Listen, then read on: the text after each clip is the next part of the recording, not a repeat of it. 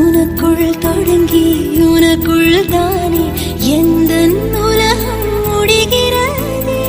உன்முகம் பார்த்து ரசித்திடத்தானே எந்த நாட்கள் விடுகிறதே.